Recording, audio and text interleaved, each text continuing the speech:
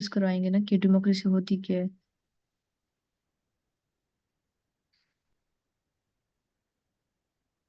और सर उसके बाद होप्स एंड हर्डल्स की बात हुई है तो सर फिर उसके बारे में हम बनाएंगे सर। बाकी आई एम नॉट श्योर, लेकिन पहले हम होप्स की बात करेंगे और फिर उसके बाद हर्डल्स की।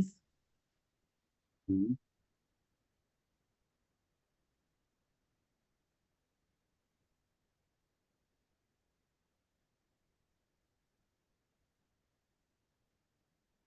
Sir then conclusion.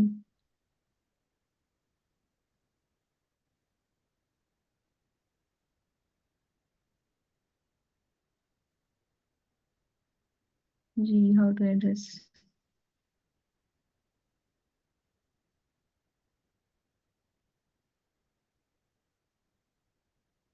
सर वो आपने कहा था कि अगर उन्होंने खुद मांगे नहीं हो तो फिर उसके लिए अलग हेडर नहीं बनाना चाहिए, बल्कि उसमें हम मेंशन कर सकते हैं ये तो मैंने नहीं सॉल्यूशंस। कहा था। ये किसने कहा नहीं था मतलब आपको? सर वो एक तो मैंने खुद से लिखे थे ना, तो फिर आपने कहा था कि यहाँ पे मांगे नहीं है ना, तो रिक्वायरमेंट नहीं मैंने थी। ये वाली बात तो नहीं की थी। फिर आप हाँ अलग सर हेडर बना दे, ये मैंने कहा था? कोई और बता सकते हैं? नहीं सर, ये मैंने सर बोला है, आपने लेकिन कहा सर था वो कि एक तो सर पैराग्राफ सिर्फ एक पैराग्राफ जिस आप लिखें। आउटलाइंस में मेंशन कर ले हैं, लेकिन बॉडी पैराग्राफ में एक ही पैराग्राफ में सारे कंक्लूड।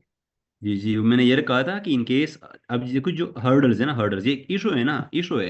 आप इशू के रिकमेंडेशंस भी होंगे ना, अब ये रिकमेंडेशंस है। तो ये रिकमेंडेशन अगर टॉपिक में पूछे गए हैं तो आपने, आप आउटलाइन में तो आपने मेंशन मेंशन करना ही है।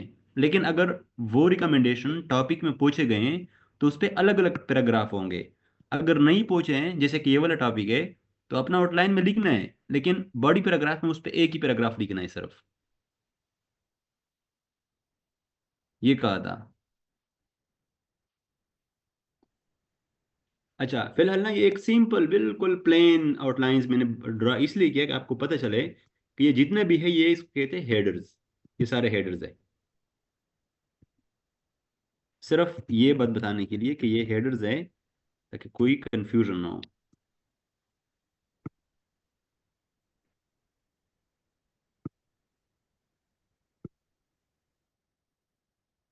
ये हेडर्स है, ठीक है।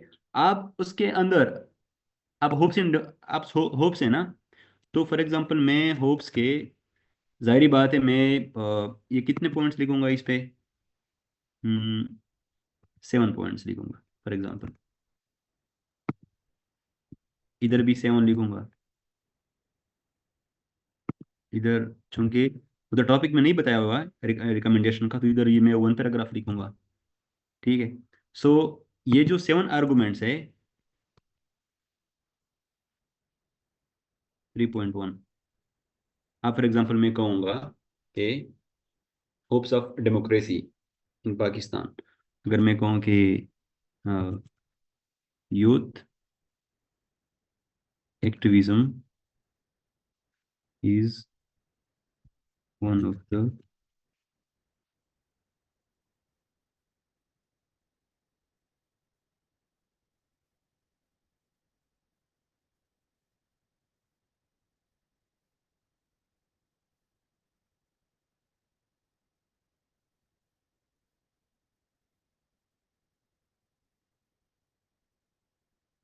फॉर एग्जांपल ये एक मैंने एक वो लिख दिया है, प्रोमिनेंट होप्स। अब ये एक आर्गुमेंट हो गया है, 3.2 एक और आर्गुमेंट हो गया फॉर एग्जांपल, इस तरह। तो अब ये जो है ये सारे, इसको हम सब हेडिंग्स भी कहते हैं, ठीक है। ये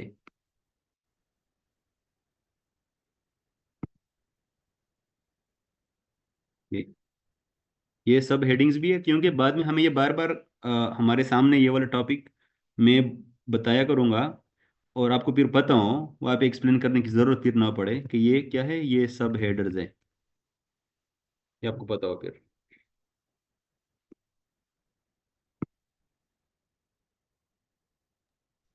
ये क्लियर हो गया है?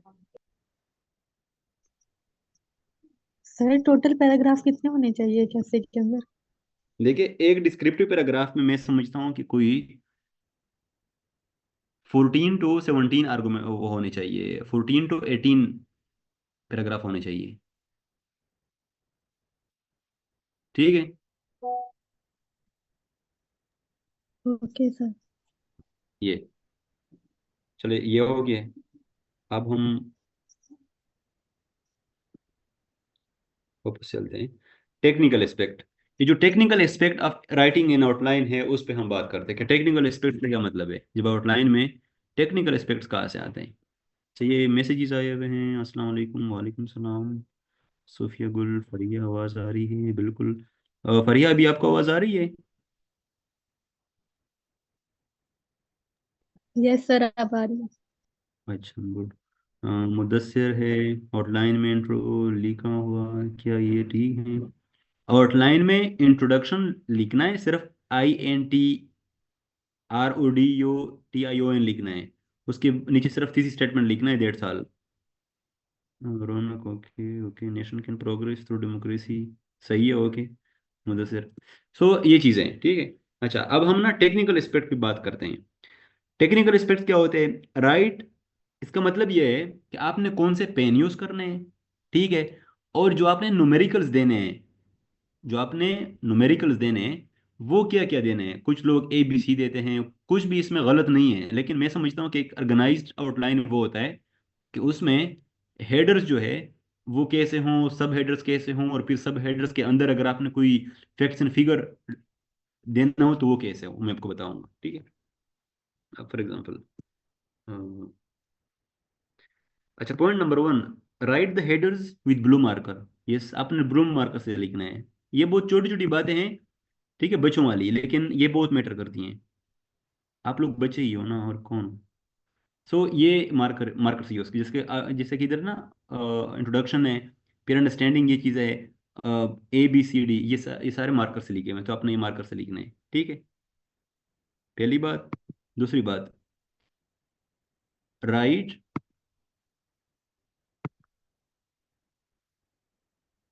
write the word thesis statement with black pointer and put a colon after it. Write the words of the thesis statement with blue pen.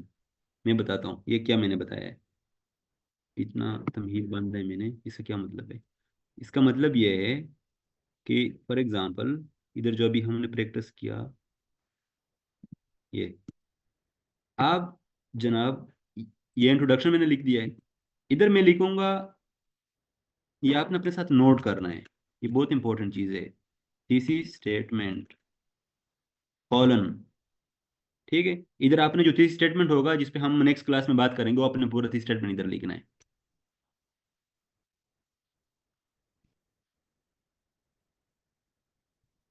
ये ये थी स्टेटमेंट आ गया है, उसमें एक सेंटेंस भी हो सकता है, दो भी हो सकते, तीन भी हो सकते हैं मैक्सिमम।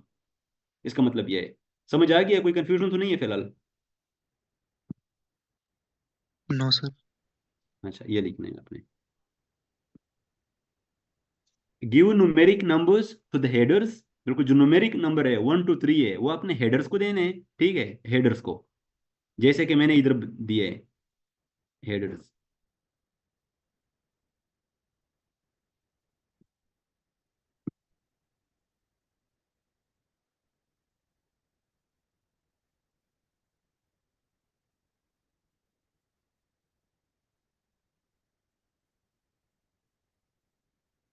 ये अभी जो हेडर्स है, इंट्रोडक्शन 1 ये एक हेडर है, दूसरा हेडर ये है।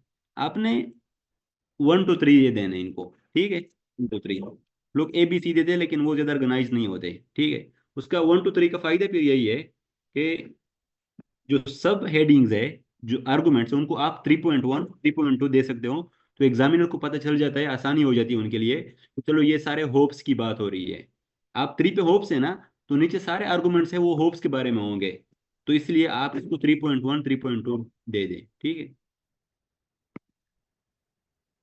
Give numeric numbers to the headers, फिर decimal numeric numbers to the sub headers arguments, बिल्कुल जो 3 है, फिर 3.1 3.2 इस तरह हो। And finally add English ABC to the additional information with the subheaders. For example, एक एस्पायरेंट है, उसने 3 होप्स ऑफ डेमोक्रेसी के अंदर एक आर्गुमेंट लिखा है 3.1 youth activism is one of the prominent hopes of rejuvenating democracy. अब वो इससे रिलेटेड कोई फैक्ट्स एंड फिगर देना चाहता है, फैक्ट्स एंड फिगर डेटा। तो करना क्या है, इधर ए लिखना है फॉर एग्जांपल ए। आपने कोई यूथ स्टेटिस्टिक्स से रिलेटेड अगर मैं कहूँ कि पाकिस्तान के कॉन्टेक्स्ट में कि 64% of Pakistan population comprises of youth. अब ये फैक्ट्स एंड फिगर है ना, तो इसको मैं ए बी सी में दे सकता हूँ। तो ये बहुत ही एक ऑर्गेनाइज्ड आउटलाइन बन जाएगा। ठीक है, ये वाला पॉइंट है, इसका मतलब ये है। फिर जनाब आ जाएं एक एक्सक्यूज और मी एक दो सर, आउटलाइंस में आप। जी जी, कोई क्वेश्चन? ये न्यूमेरिकल फैक्ट्स को हम केस इन पॉइंट या केस स्टडी हेडिंग दे सकते हैं, सब हेडिंग जी इसमें? बिल्कुल बिल्कुल दे रहे, लेकिन कुछ स्टूडेंट्स होते हैं जो पूरे through out the outlines case in point case studies, ये आपने उसको इतना नहीं बनाना। आप एक दो जगहों पे कह सकते हो कि केस इन स्टडी या केस पॉइंट्स या केस स्टडी वटेवर, लेकिन आपने थ्रू आउट उसमें ये नहीं लिखना थ्रू कि पूरा आउटलाइंस आपका भरा हुआ केस स्टडीज से। ठीक है। Okay sir, thank you. हाँ, आप इधर ये लिख सकते हैं बिल्कुल। फॉर एग्जांपल आप ए, इधर ए लिखते हो ना, तो आप बी लिख दें फॉर एग्जांपल।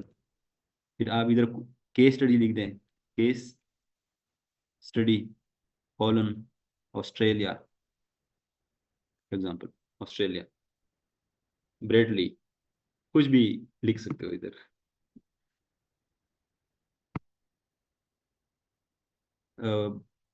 ऑस्ट्रेलिया ना मुझे इसलिए पसंद है कि वहाँ पे ब्रेडली है ना, ब्रेडली, वो भी ऑस्ट्रेलियन बॉलर था और वो मेरा फेवरेट बॉलर था, ही वाज माय फेवरेट। ठीक है। सो आप बिल्कुल, आप समझ आ गया ये? Yes sir. गुड, ठीक है। अच्छा, सो ये वाला पॉइंट हो गया है। फिर ये एक दो आउटलाइंस में आप लोगों को दिखाऊँ, climate justice prospects and challenges.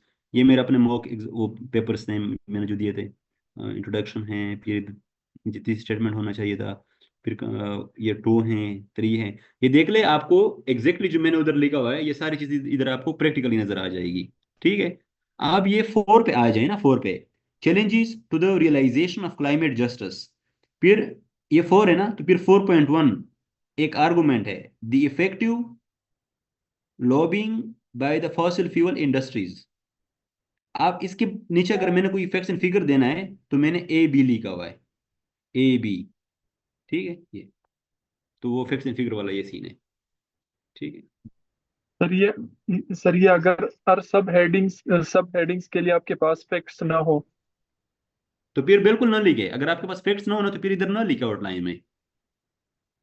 एक पॉइंट के अगर हो, दूसरे पॉइंट के ना हो, तो वो एक पॉइंट का मेंशन कर ले सर? बिल्कुल बिल्कुल, जिसका हो वो लिख दे, जिसका ना हो वो ना लिखे, लाजमी नहीं है। सही। सही, ओके सर, थैंक यू। अच्छा, इन केस ना, इन केस ये लिंक चला गया है ना, वो इधर कोई मैसेज आ गया है, तो मैं दोबारा ग्रुप में शेयर कर दूंगा। ठीक है,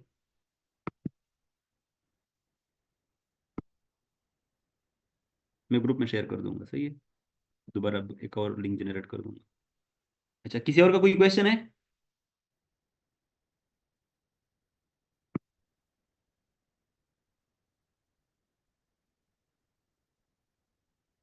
अच्छा, practising outline economic crisis in Pakistan prospects and challenges.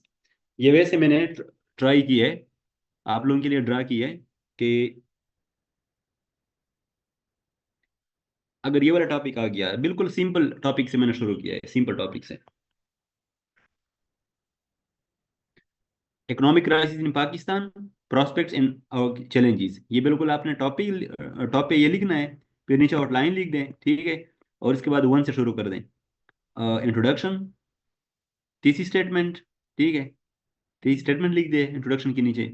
और फिर सेकंड जो हेडर है वो है current situation of Pakistan economy presents a green picture.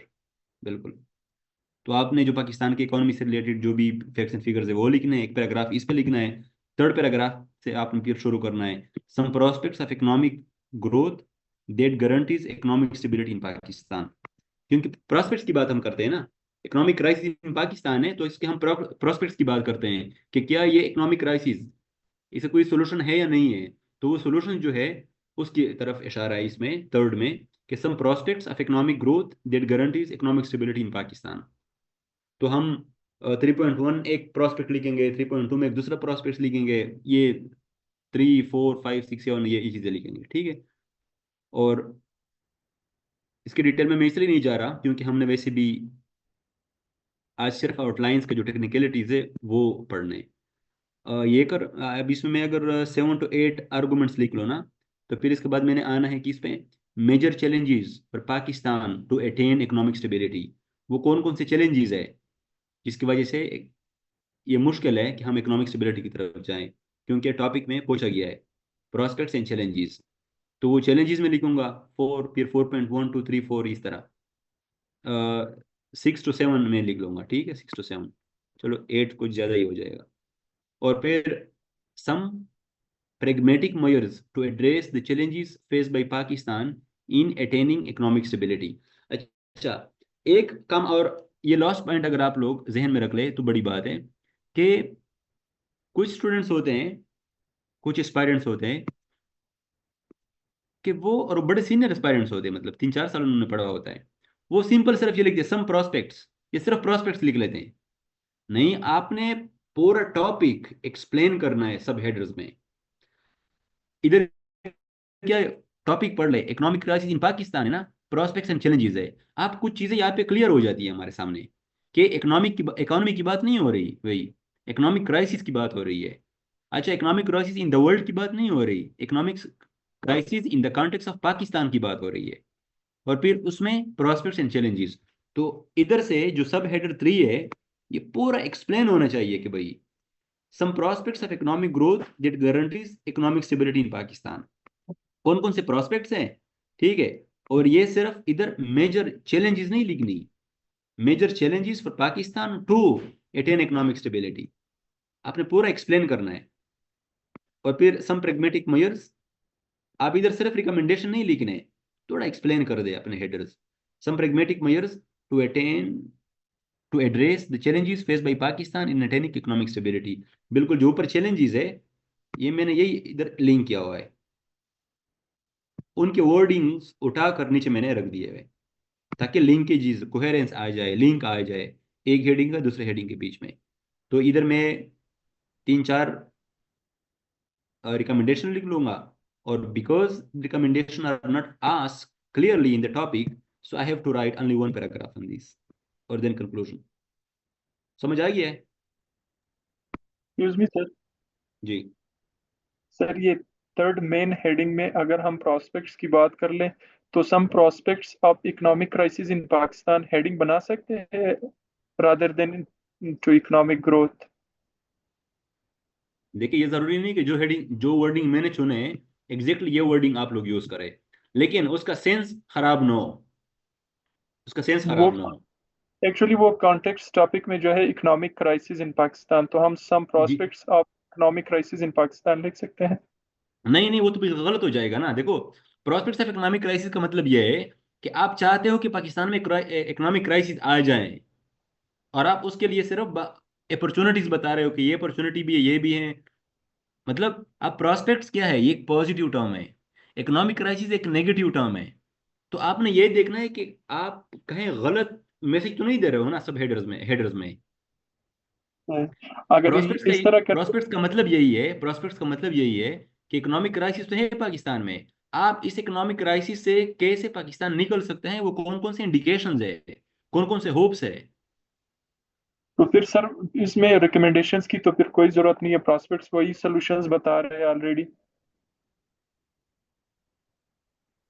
नहीं, देखो, प्रोस्पेक्ट्स ऑलरेडी प्रेजेंट है, अनग्राउंड प्रेजेंट है, रिकमेंडेशंस प्रेजेंट नहीं है, वो आप फ्यूचरिस्टिक वो दे रहे हो, इमेज दे रहे हो।